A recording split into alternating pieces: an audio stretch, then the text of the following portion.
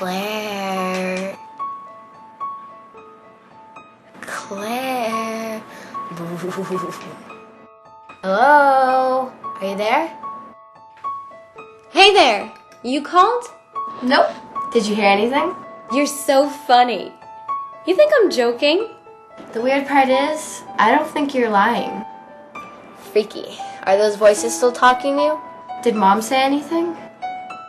No, I haven't talked to anyone. Not even Mom. I started hearing those voices calling my name. I thought I was going crazy. I went to a doctor, and he said I was perfectly normal, that this could be stress or something. But his secretary gave me a book and said it might help me. She had the most confident smile I have seen in a long time. The Spirits book. This was my first contact with Chico Xavier and his ideas. This was the same book Chico's mom told him to read when he was coming to the realization that he had a special gift. How did it go? Was it from his first city or the other one, from the avocado tree? That was in the city Chico was born. 1927. Chico's sister, Maria Xavier, was sick. No one could help her. The family was very worried and decided to bring a couple of friends who believed in spirituality. They helped her with blessings and prayers.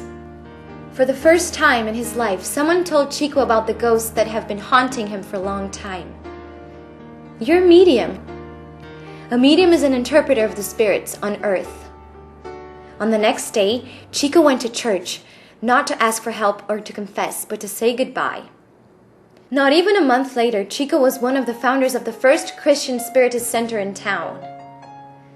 At one of the meetings, another medium who had helped his sister told him, "Get the pencil. You are going to write." Chico felt as if he were out of his body. The walls and the roof disappeared and he saw stars. On that night, Chico filled up 17 pages. No mistakes, no erasers, in full speed. A spiritual friend signed it. When he wrote the last words, his legs were shaking and his heart was pounding. From that day on, Chico never stopped writing. He started writing poems. Some of them were signed as himself, but the best ones were anonymous. He's always denied the authorship of these poems. One day he noticed the arrival of an imposing man, dressed up as a priest, who asked him point blank, "Are you really willing to work with your gift and be a medium? Only if the enlightened spirits back me up. You will not be forsaken, but for that you must work hard and study regularly. Do you think I can make this commitment?" "As long as you respect my 3 basic principles of service." Silence. Chico asked, "What is the first?" "Discipline." "And the second?" "Discipline." "And the third?" "Discipline, of course." Chico agreed with it. "We have something to accomplish. 30 books to start with." What's the name of his guide? They called him Emmanuel. His mission was to assist Chico to produce the books that were going to be dictated to him, and so lift the veil of a new spirituality on earth. A few months later, Chico released his first book, Parnassus from the Great Beyond. The 59 poems collection was signed by 14 spirits of eminent Brazilian poets and caused excitement in Brazil. If young Chico was the author, why wouldn't he take credit for? Marketing? Schizophrenia? The books are not mine. They come from the spirits. He never used one single penny from the sales for himself. He donated it all. In his whole life, he wrote more than 400 books and sold almost 25 million copies. It's funny because in his books he always talked about pure faith. The combination between reason and faith was the secret to his goodness. What is faith? To believe in the invisible. That's hard. No one ever said it would be easy. So do you like being a medium? Did he? I feel happy to be a medium, to use my God-given gift to help others. I like being a medium. I like the word. I want to spend my days serving life as a medium. Medium. It's all I ever wanted to be. His mediumship and his work made him famous in Brazil and around the world. Throughout his life, he surprised the skeptical and made them believe in another dimension of life. He even wrote backwards in other languages like in English. During his whole life, Chico submitted himself to interviews, studies, scientific research. He became a public personality, and for that he sacrificed his privacy. And you?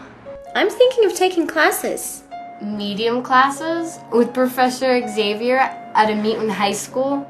With Patricia Arquette? Are you gonna be a ghost whisperer with Jennifer Love Hewitt? Are you gonna be a medium like that? You feel special because you're a medium. Did he? Once again, I will use one of his quotes. I am a workhorse in charge of transporting documents for the spirits. That's what a medium is. A messenger. Like sharing files. He didn't create the message, he just spread it around. It's not that simple. You don't compare him to any regular medium. He had meaning, he had a message. His mother warned him about the dangers of vanity and ambition. Be gentle as harp music with your mediumship. If you profit from the harp, you'll spoil the chords and they will rot forever. What is your mission? I don't know yet. His mission was to spread a true spirit of service in Brazil through the dissemination of the Spiritist ideas. His mission was charity. Spiritism was his way of life. I hate to ask this, but what about me? My problem? Well, first you have to find your balance, your sacred place. Then you sustain this balance by going to the real world. That's charity. And then you... Mediumship. Books. You have to study. Most important, self-studying, self-enlightenment. It's the only process that can lead you through changes in your life.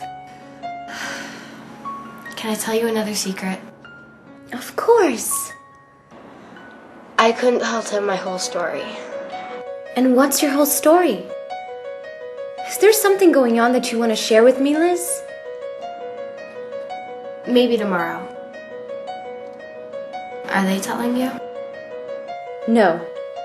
You have to tell me tomorrow.